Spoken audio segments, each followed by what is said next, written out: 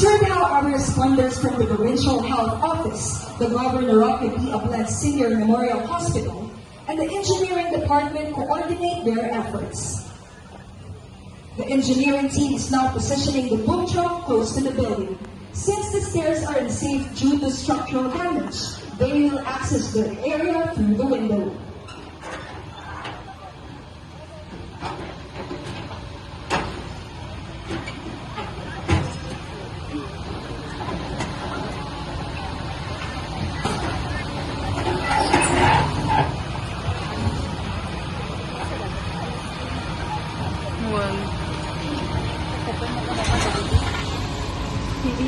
Start.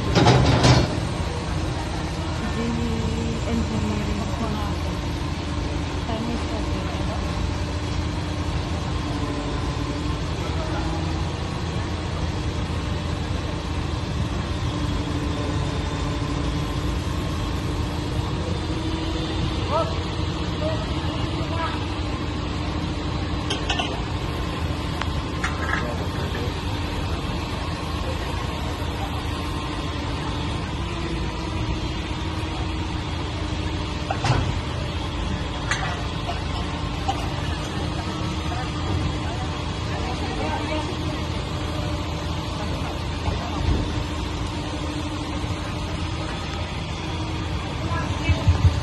A rescuer is being lifted using the boom basket to reach the trapped victims inside, showing how responders gain entry when inner routes are blocked.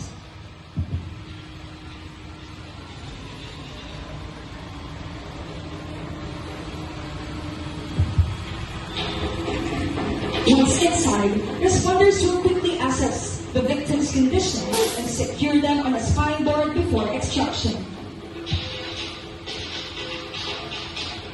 The victim will be brought to the designated triage area, a safer and controlled environment where the medical team can provide assessment and proper care.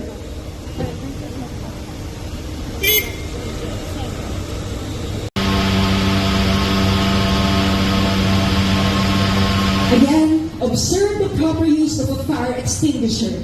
Responders first pull the safety beam. Aim at the nozzle at the base of the fire, squeeze the handle, and sweep from side to side until the flames are completely out.